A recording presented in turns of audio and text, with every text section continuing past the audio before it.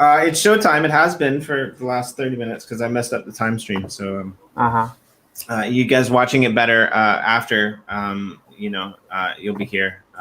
If you're watching it live, thanks for joining us. Share this out. We're kicking off kind of a new series. So shout out to my buddy Scrawns, Rob Flaska, who's often in the comments.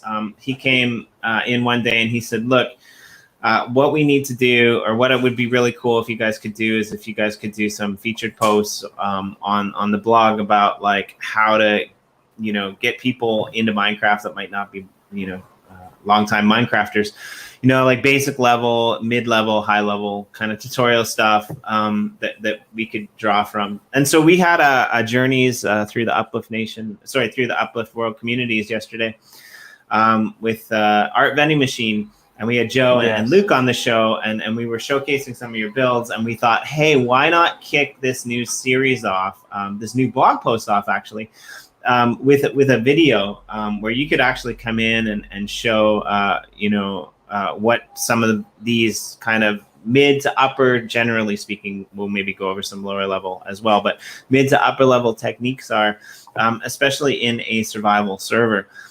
So I think like you're gonna teach us some really cool stuff today. So thanks for joining us, Joe, for the first ever volume 1 of Building Uplift Skillz, where we will walk you through the journey of becoming a little bit better at developing your metaversal plot by means of Minecraft, and maybe we'll embed this on a blog later. We haven't really gotten that far yet.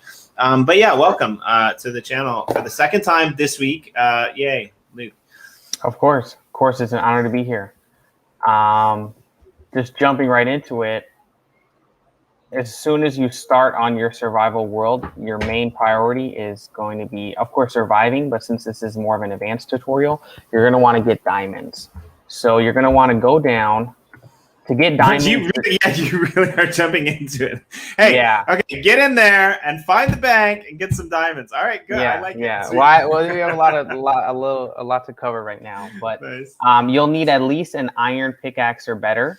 So you'll need to smelt that iron. But once you have that, you're going to want to go down to Y11, and the way you can check the coordinates is function F3.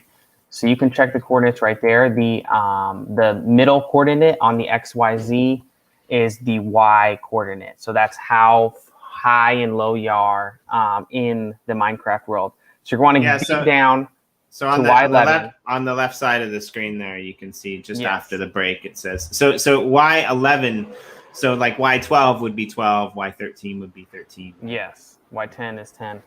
And so like, I guess for people who might not know, below the surface of Minecraft, there are kind of zones that are mapped out, like kind of, I guess, in real geological terms. Like, obviously they're not real, but like certain materials will be procured through certain zones. And so I guess, diamonds will be in the 11 level area. Diamonds are one of the rarest items in Minecraft, and in Y11, they are the most common. So once you get down to Y11, and as you can see, it's a great idea for your mine to have water, so you can just jump down and not die, so you don't waste time going down the stairs. You're really good at that, actually. You're going to want to do something called strip mining. So right here, I have a little hole dug out, and we're going to want to not miss one single block. So anywhere you feel like it, just mine to one side, mine to the other side. Actually, we're going to do this over here because it's better. And you're going to just keep doing that literally until you find diamonds. So let's go to the end right here. You might want to put I like to do 2 in, 2 out, just like so until you find diamonds. You're going to find a ton of resources this way. And with this configuration where you're doing 1, 2, and then 2 to the side, 2 to the other side, or even 3 if you feel like it, you're literally not missing a block, and it's the most efficient way to mine blocks in the game. So you won't miss anything on that Y11 platform, and you will most likely hit diamonds within maybe. So here we are, we just hit diamonds, and we haven't been mining for literally about 1 minute. The next lesson we're going to be going over is enchanting, which is a bigger aspect of Minecraft. And here is a live example of a super plus of that. So just a sec before you go on there, because like again, this is like we're intending this to be a little bit of a higher level, like beyond beginner level type of stuff. Like you already know how to put down a crafting table and get some elements, but there are some elements in the game actually that like you mentioned the diamond pickaxe, right? Or you mentioned you know, the steel pickaxe. Like what happens if you try to mine a diamond block, for example, with a wooden pickaxe? Because I think that's important for beginners to know as well. Got you. Of course. So you need at least iron or better to mine diamonds. If you try and mine diamonds with stone or wood, you will get nothing. And then not only will you have wasted all that time, but you have nothing to show for it. So getting iron is fairly easy. Like on the way, here's a whole bunch of iron. I think there was some left here. Like I said, at Y11, at these coordinates, there's literally tons of resources. Here's coal. We saw a ton of redstone. So you won't even have to worry about looking for other resources while you're mining for diamonds. You'll literally just find them along the way. Like here's a massive coal vein. And probably you're not going to want to mine down to Y11 with just a wooden pickaxe anyway. Yeah. So just if you're doing that, you probably should learn a little bit more about crafting from maybe one of our beginner level tutorials. Not this one. Of course. Later in the day. So yeah. Okay. Yeah. Sure. So we've got the place where we can find the diamonds. We're gonna mine this out. We're gonna grab a bunch of diamonds. Now you're gonna walk us through something else, I guess. Yeah. So here's the next thing we're gonna be going over is enchanting. So now that we found the diamonds, this is great. But here's how we can get more bang out of our buck. I've enchanted my pickaxe to have something called Fortune 3, and this is using books. So I'll show you how to do all these enchantments, and it's gonna be great. But using this enchantment, watch this. I get 2 diamonds, actually 4. Wow. I got 4 diamonds for the price of 1 diamond block. So normally you would only get 1 diamond, but I'm getting a ridiculous amount of diamonds. That was about maybe 6-7 blocks, and I just got 24 diamonds. So using this Fortune 3 enchantment, you can save yourself a ton of time and a ton of energy along the way mining. Now, does that enchantment only work for diamonds, or is there different enchantment for different enchantments for different materials? How does that work? Yeah, so any enchantment will work for any tool. It just has to be the right tool. Like you can't put a fortune enchantment on like a sword. You can't put a sharpness enchantment on a bow. You know what I'm saying? So you just have to. I could put Fortune 3 enchantment on a wood pickaxe, but would I really want to do that? You know. So you want to enchant. You want to get your items that you really want to use. Like these are your items, and you want to fully max them out. So to enchant items, you're going to need to get villagers, and these might possibly be phased out of Uplift very soon. So I'm just going to go over this quickly. But you're going to want to get villagers, and because there are a couple players, myself included, who have a villager trading hall like this, we've already done all the work for you. You can literally come to our coordinates and just use our villager trading hall at no cost, and you will get. Yeah, so the coordinates for the ArtVndingMchn plot are below, and like Luke said, you can come in here and like they're offering this up to the community, which is awesome. Thank you for that. Until they disappear, they're going to disappear. We're going to replace it. Now, if you're freaking out because you're like, oh my God, I didn't know villagers were going to disappear. What you need to do is go on to the official blog, and there's a great post by Jen, one of our social people. About like how to get things that you would normally get from villagers. So there's a really cool post there that she went through a variety of things that people have been using villagers in the game for. And just keep in mind, what we're building here is not a super crazy Minecraft game. What we're doing is we're utilizing Minecraft to build a metaverse, right? So when these things go away, we're already thinking about like how you'll be able to get most of these items, and there is other ways around that. So sorry to jump in there, Luke. I just wanted to clarify that. Yeah, of course. But for now, what you can do to get these such enchantments is you just click on a villager. Let's say you want the ArtVnding enchantment, and it would take forever to go over each enchantment and what it does. For example, this is a really good one. It's called mending. As you, like all my enchantments, all my tools have mending on them. As you play the game, your tools will literally mend themselves. So as you gain experience from mining your tools, if you have a tool with the mending enchantment, it will basically never go bad. You will never need another tool ever again. So I've had these two tools right here since the beginning, since I started the game, and I've never needed to replace them because they both have this mending enchantment. And once the new system is implemented, there will definitely be a different way to get these enchantments. But for now, this is the way to do it. One other thing you're going to need is experience. And here's an easy way to get experience early in game. Since this is a more experienced tutorial, we're going to assume you already know how to make another portal. If you don't, it's literally just obsidian, 4x5 blocks with some flint and steel. And we're going to go into the nether and build ourselves a small experience farm.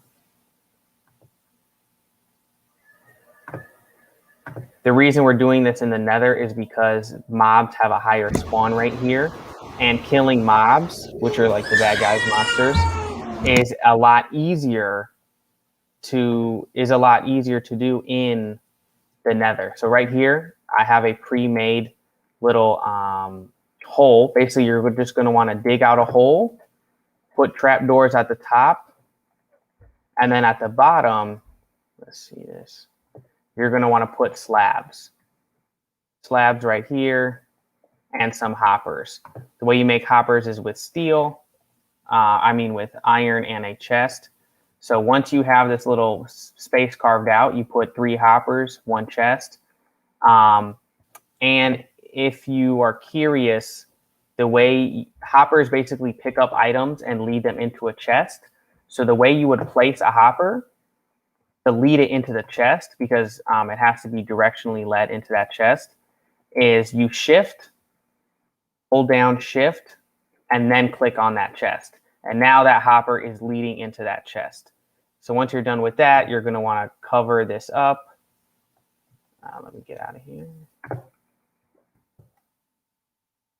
You want to cover this up with slabs. Now, for those of you out there who are listening to this back who might be a little bit confused, just a little bit of a... there's been talk in the channels recently about, hoppers and how, these aspects are going to be removed. Now, just to clarify here, the way that you are using these chests and these collection items is not fully automated, right? You're actually having to be in the world with your sword, slaying these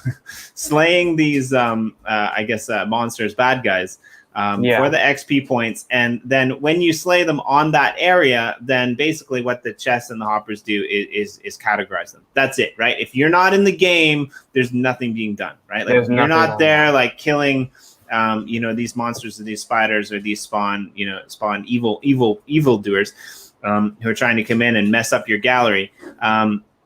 From the nether. Sorry, I got a little bit carried away there. But anyway, if you're not in world actively, killing them, these hoppers are absolutely useless. Nothing is happening with them. And so, like right now, as it stands, what the problem is full automation, right? So if you had a system whereby you're passively collecting resources via hoppers and something spawning and dying and spawning and dying over and over and over again, those are the automations that we're referring to.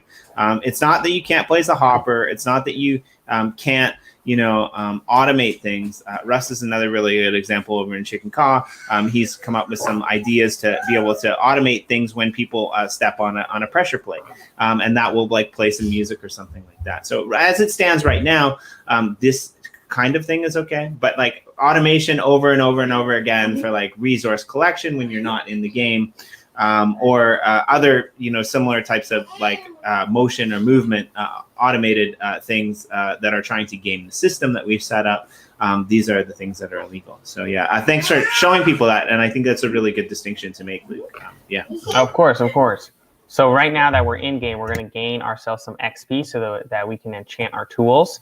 Here's another great enchantment. It's called Infinity. I only have one arrow in my inventory, and yet I'm able to shoot infinite arrows and not have to worry about anything. So that's another enchantment that you are probably going to want for your tools. So you don't have to carry around, 64 arrows all the time. Now that we have our little hole built, basically we build it so that we can cross whenever we want with these trapdoors. You just build them with plain old wood. But once a monster is stuck in here, they can't get out. Basically what we're going to be doing is going under here and trying and killing them all at once. So the reason why we build this little machine here in the Nether is because once you attack one zombie pigman, and that's what they're called, these little guys right here, they're naturally passive mobs. But once you attack one of them, they'll all attack you, and they'll kind of form like a group. So boom, he's mad. Now we run over here, close this up, and he should run over. Hopefully his friends will get mad too. Yeah, so his friends are coming. We just wait till they all come. And now we go down here.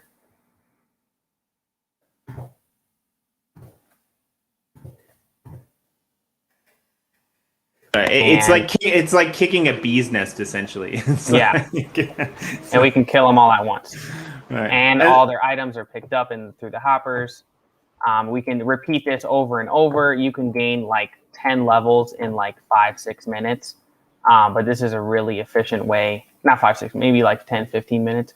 But this is a really efficient way to gain XP in the Nether.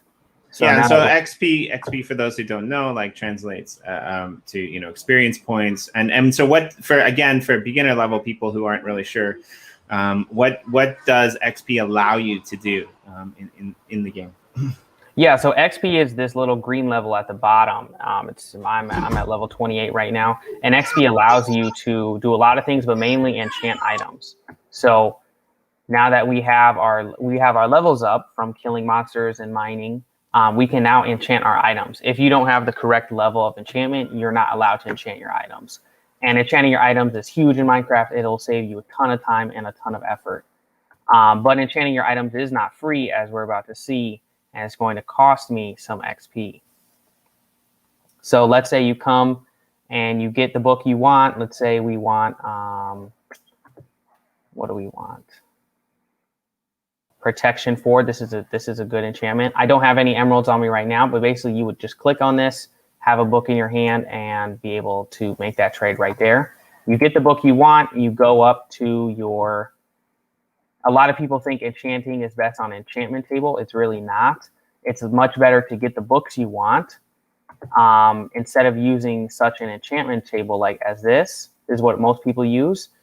When you use an enchantment table like this, your enchantments are randomized. So you don't know what you're going to get.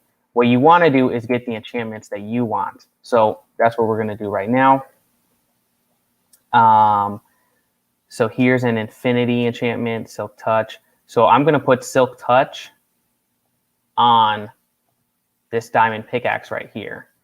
And the way you do that is you just click on an anvil. An anvil is made with 3 blocks of iron up here and 2 blocks of iron right here. And maybe 2 more blocks. Anvils are made with iron, so they're pretty easy to make. And you just put the diamond pickaxe in there or whatever tool you're enchanting. And as we can see right here, the enchantment cost is 4. So this is going to cost me 4 levels to do. As you put multiple enchantments on a tool, it's going to cost you a lot more to enchant. So that's why those XP farms, or farms if you want to call them that, are so important, because you're going to want to load up on experience and then come enchant your items all at the same time. So right here, boom, it spit out the item for me. Now I have an item with Silk Touch. Now this pickaxe is going to let me, this Silk Touch enchantment will let me pick up items that are not normally dropped. And on YouTube and on the internet, you can research all you want about enchantments, but each of them have amazing abilities. They can save you a ton of time in game and a ton of effort in game that you might not even know about. This enchantment right here, this is Frostwalker 1. This will allow me to basically walk on water. So as we can see right here, this is a problem that you might run into. So once you reach a certain number of enchantments on your items, they are no longer enchantable. So I will have to get a new pair of boots and put this enchantment on there if I want that. I actually totally need to get one of those because I'm one of the plots that I manage in. Well, actually, it's not. It doesn't really matter because it's in Genesis. But well, you know, like I was thinking about that going like long way back when Genesis wasn't a when Genesis, I guess, when all servers were survival servers, or and yeah. So I think these are cool, like little things that. I didn't know about the anvil as well. So that's a cool little tip there. Because I think that could save people a lot of time. Like a lot of time and a lot of effort. And they're really easy to make. It's literally just iron. Another small tip. It's interesting to me, like to go from yeah, like in the real world, in the regular world, we have this agricultural system, for example, that we just have to keep, pumping up with like human labor and human effort. And it takes a ton of stuff, right? But like then we can actually use like smart design to be able to have these systems whereby all of our energy essentially is spent collecting. Right. And if we design these systems where we can go and we can collect these things through smart design and we can optimize our time in the metaverse, in the game, for example, instead of having to take 2 or 3 minutes to go collect resources and then, create another pickaxe because yours broke after a certain number of, hits. You can get these enchantments, you can put them on there, and you can spend your time in the game, building or creating or doing all of these other, like collecting other resources for other enchantments. It just it's a little bit smarter hockey, you know what I mean? Doing the things that you want to do. Yeah. And you can save your time because, we all, as much as we love Uplift and we love NFTs, we all have other stuff to do. So if you can build efficiently, that is a massive advantage to you. Here's a small tip. Now we're just going to be getting into some little building tips. If you have a plot on water, or if you have any type of water on your land that you want to build on, instead of just building up from the ocean floor and trying to build from one block, you can simply take some lava like this, take a bucket of lava, put it on the water, and it will create stone for you. So this is a super fast way to get lots of land. Extremely efficient. It will save you a ton of time in the long run. Just make sure as a beginner, like I remember like just dropping sand over and over and over because sand blocks sink, right? So like just dropping them over and over and over and over again. I mean, I guess like especially with the shared economy, and some of these other servers like Londum and Uplift, where people were designated water plots. Like if you've got a plot in Gratitude or Chicken Car or something, and you get your hands on some lava, and then you go over to your plot on that other place, like you can really easily and quickly create like this island of stone that you can kind of start building from, which is like, Luke said, way faster than like coming in with like blocks and blocks and blocks of 64 blocks of this that you have to build up from the bottom and then, walk backwards holding shift and place these blocks. It's kind of tedious, right? Definitely. This will save any builder a ton of time in the long run. As you can see in the 2 minutes that we've been talking, I built all this stone. And it hasn't cost me any stone of my own. So then now I have more resources to build with. So that's another plus. Another small thing is this has been huge for me, is the shift key. So shift key is called sneak. It basically makes you crouch. When you do this, you are able to reach the edge of a block without falling over. So if I stop pressing shift and I press S, I fall into the ocean, or let's say I'm building in the sky and then I'll fall off and die. So, but with shift, as long as I hold down S, I will not fall off this block. So you can shift, hold down S as long as you want and just keep building. And this is how you get those precise builds that really take the cake and get your buyer's attention. And so, I hope he's watching, or he will watch later in the day, because Rob, this was kind of his idea, this whole series to begin with. And so just shout out to Rob, because like you said, the shift key is very useful. But if you're Rob, you've also experienced that by using the shift key and playing around with some of the other movement keys, you can do pretty amazing dances in Minecraft that look absolutely hilarious and super cool at the same time. So much so that we kind of got lost, but we're probably at some point going to do like an Uplift fashion show, and your understanding and ability to maximize potential with that shift crouch key will be imperative for your moving on to the next fashion level. So yeah, do you have any moves? Can you show us some moves? do you have like some shift key moves that you could? I do not. I never got into Minecraft dancing, but maybe someday.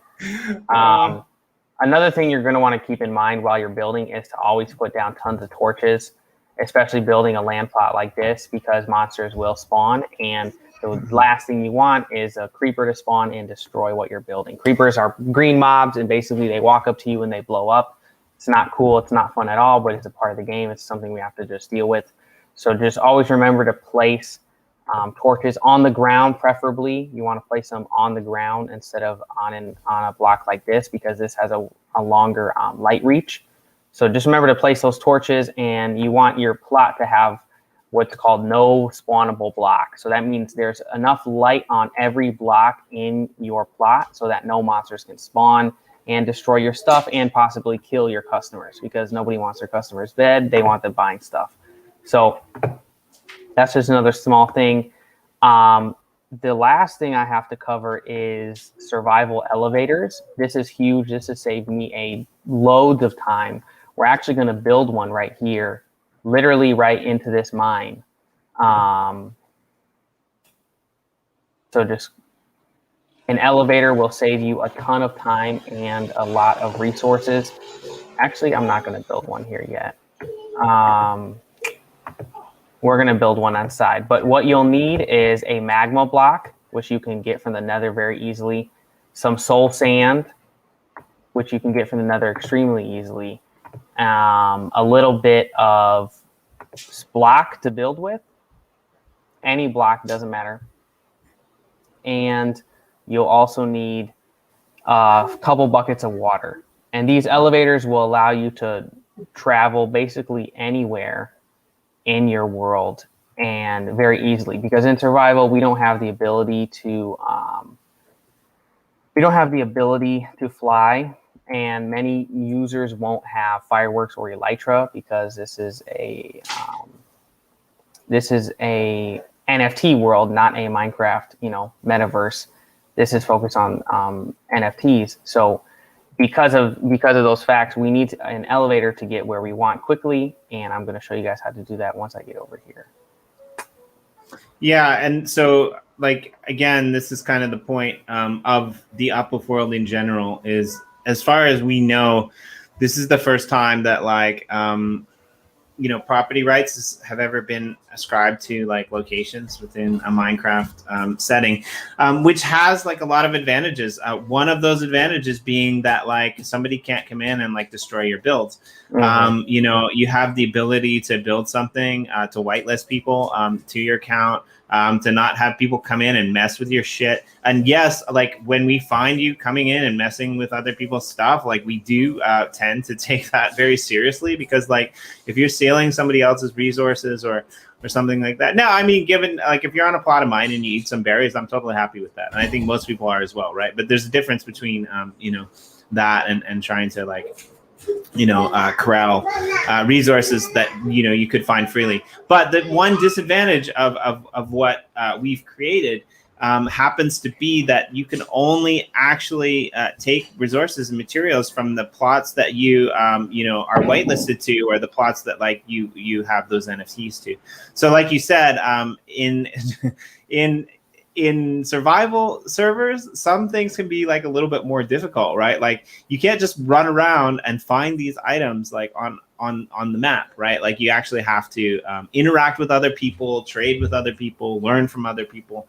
There's a lot of people in these you guys are in Gratitude, but in Chickakaw, in Uplift, in London that are doing these sorts of things, which is great. Now, the one thing that we do need to mention about elevators is in a survival world, if you build them too high, you will die.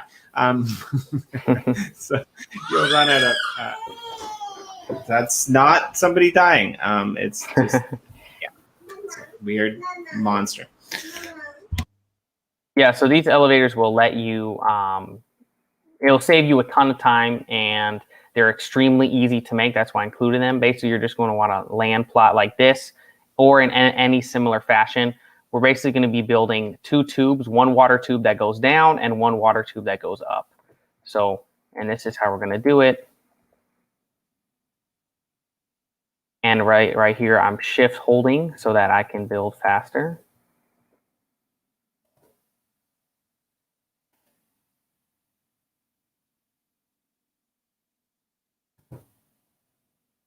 And you can build these pretty high. Yeah, like speaking of like level tutorials, we will do a beginner level 1 at some point because there's a lot of new players into the space.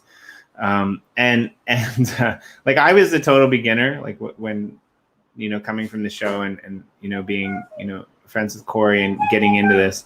Like the first time I was ever in the world, like I didn't know how to do anything. I couldn't even get into the minecart like for the event. I remember like going to one of the gratitude ceremonies and Corey's like, hey man, like put up some signs.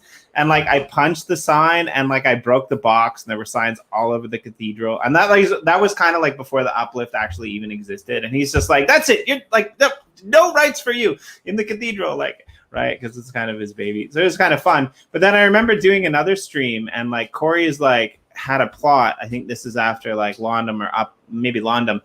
And he was in this water plot on London, and he started jumping and placing blocks, right? Like he was, and you're doing that as well, right? When you're jumping and you're putting blocks down, you're jumping and you're putting blocks down. And like I didn't know that, like, right? So there's all these different levels. So shout out while you build this to all of the awesome people out there. And like I see like, you know, some dudes out there, Mundo, like you guys are tuning in, but like anyone who's out there who happens to be watching this back later, like if you'd like to do one of these series on our channel, like we'd love to have it done. You know, thanks Luke again for joining us and taking the time to show people this kind of stuff. But we're interested in putting together like all levels of you know, Minecraft skills that will help people on their journey to like creating you know, a metaversal plot that actually, you know, attracts people and makes the whole experience fun for not only other people but themselves as well, right? Like nobody wants to sorry for the pun, nobody wants to toil in the depths of darkness when there's better things to be done, right? Yeah, of course. It's all about, you know, efficiency. So the more people we can get on Uplift, the more people we can get on Atomic into the NFT world, the better. Right. So right here, there's a small platform, and basically I just built 2 tubes. We're going to be putting water in both of these tubes, and you will see why this is so important. Something important, you're going to want to put signs on these 2 blocks right here and on the other side. So this one is going to go up, and the other elevator is going to go down. Unfortunately, they are not multi-directional, so you have to kind of pick and choose. But now you're going to want to take some water, put it down there. Oh, I screwed it up.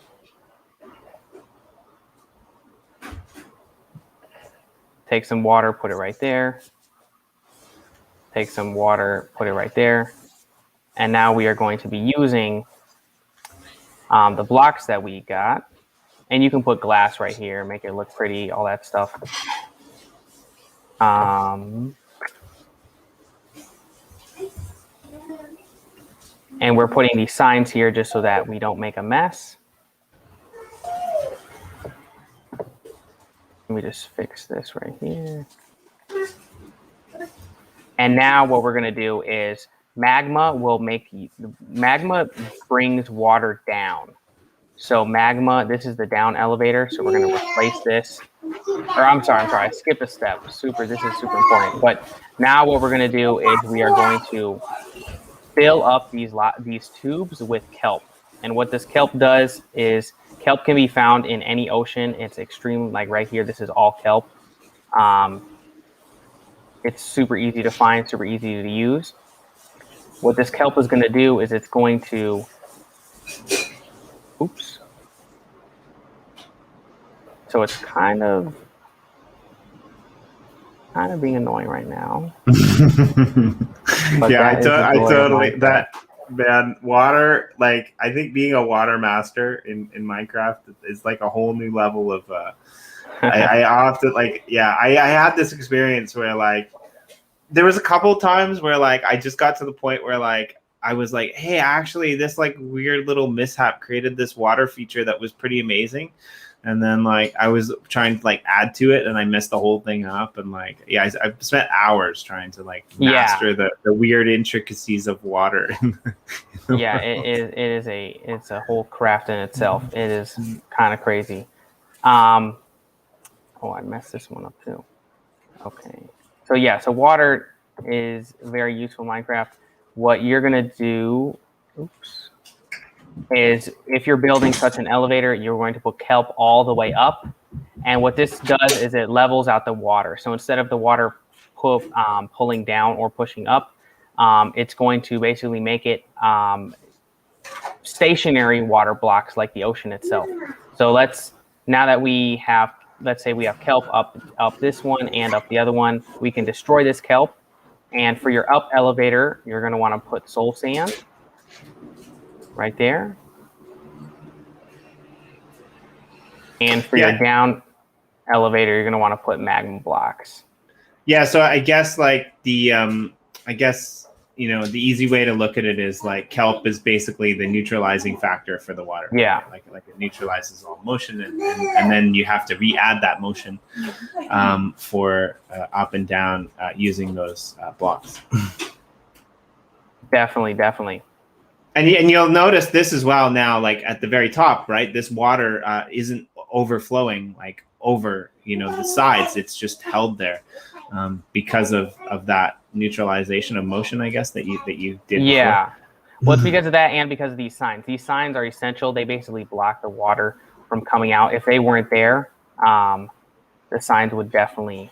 See, that's why we need tutorials like this, because I was completely wrong. I totally missed the signs. I thought it was the water neutralization thing, but you're totally right, because if you added a block on top of that other block of water, it would run over despite the fact that the water was neutralized. So yeah, this is why we do these things. I mean, I can't even do a beginner level tutorial by myself. This is why we need people like you, Luke. So thank you for that. Appreciate it. Yeah, so the tutorial's on it too. He's just like, hey, yeah, source blocks will spread out into midair. Yeah.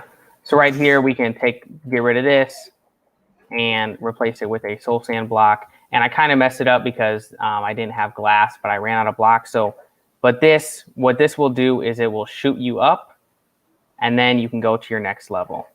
So it takes a little bit of tweaking to perfect, but if you have a good 10-20 minutes, you'll be able to get it right. And remember, you soul sand to go up and a magma block to go down. So that is all that I have. Yeah, no worries. I mean, I think that was great. It gives a little bit of a rundown on how to do some more advanced things. And like, I think most importantly, like for even beginners, like something to strive towards where they can like save some time. Because there was an interaction that was, I just put it in the chat, that was totally unrelated to this topic, by the way. It was just a cool interaction. So we decided to replicate it in the blog. Check it out. But it had to do with like time and different various things. And right, if you're optimizing your time, then I think your experience in the Minecraft world as a builder, in the Uplift world as a builder is going to be a lot more fun and entertaining for you, rather than just, like I said before, having to go and create like a new pickaxe every day because like you're spending that much time in there. Like it turns things that like could be viewed as chores into something that could be viewed as fun. So definitely check this out. And I think probably if I can find time, what I'm going to do is I'm going to link this in the blog to like a little bit more focused point form, like you need this, and this, so that like you can use that as a reference later. So you can get the overview from Luke's awesome little demo here today, and you can see like what needs to be done in terms of blocks and laying and foundations and stuff, hopefully in the blog sometime soon.